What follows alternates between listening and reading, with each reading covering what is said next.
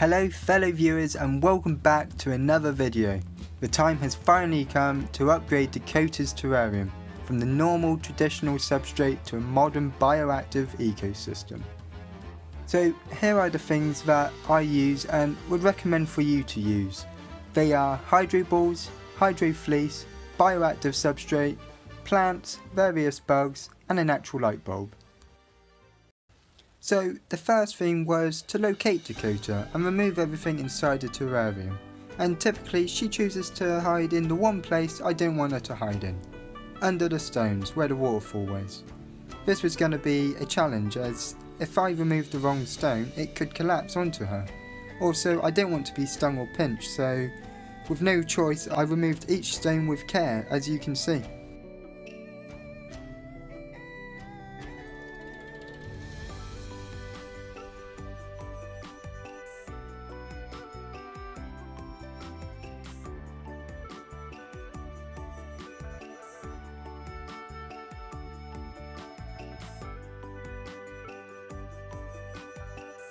So when I managed to lower Dakota into a plastic container, I placed her into an already made temporary home so she can feel more comfier for this short process. After removing all the dirt and wiping the glass clean, I picked up the drainage system, which were little carbon balls, and took them outside to be clean, as this is what was recommended for the best results.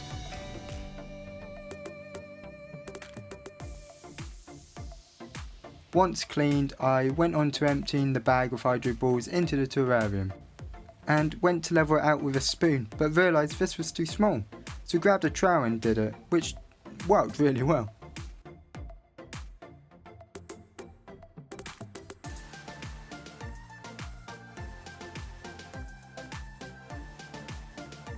Next, I covered the hydro balls with a hydro fleece. This stops dirt from going through but allows water to run through normally.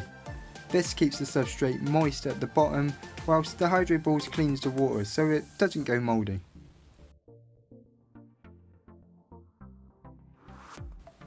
I used the trowel to tuck in the sides so it wouldn't move when placing everything else on top, or allow dirt through in the corners or sides.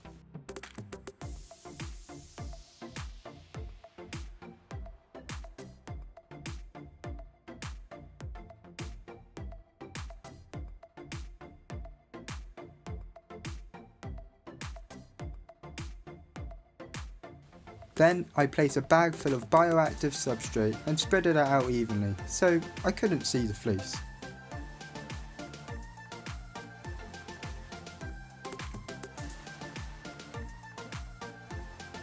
And as I was adding a waterfall with a pond, I placed the dish in and added another bag full of substrate around it, being careful not to get any in the clean pond of course. After that, you would want to add the biggest items in first and create your terrarium around it. For me, that was the stones for the waterfall and Dakota's cave. Then I added the plants until it came to looking like this.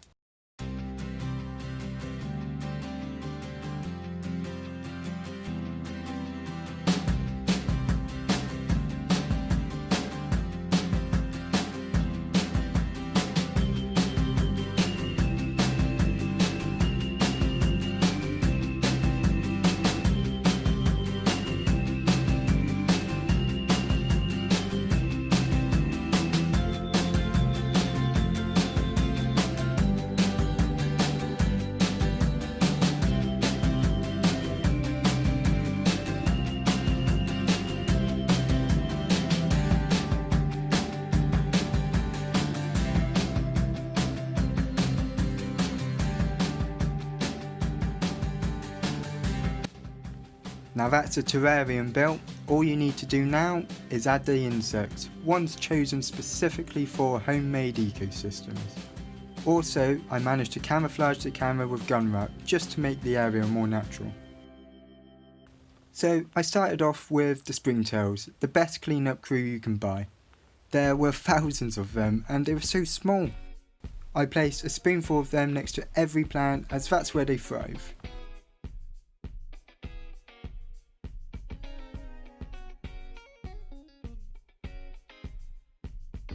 Second, was small worms, which I had about 35 of, so I evenly spread them around in groups too.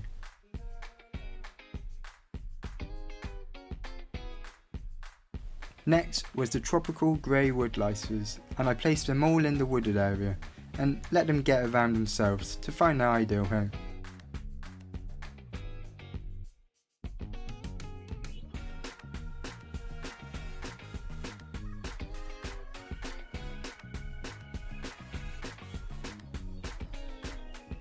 Finally, I added a handful of Morio worms, which disappeared very quickly, and it didn't take long for one of them to reach the glass, so it was good to see them doing well. With everything created and to get a release back in, it didn't take long until I redesigned the waterfall, as I was losing water too quickly. But I think it looks better now anyway, so all done for now. With the leftover materials, I was also able to transfer Basil's terrarium into a bioactive one too. So 2 birds with 1 stone, as they say, and it turned out really nice. Now all I got to do is Bailey's terrarium. I bought some zoo meds at Scavator, so join me in my next time as we create a realistic home for Bailey too. Thanks for watching, goodbye.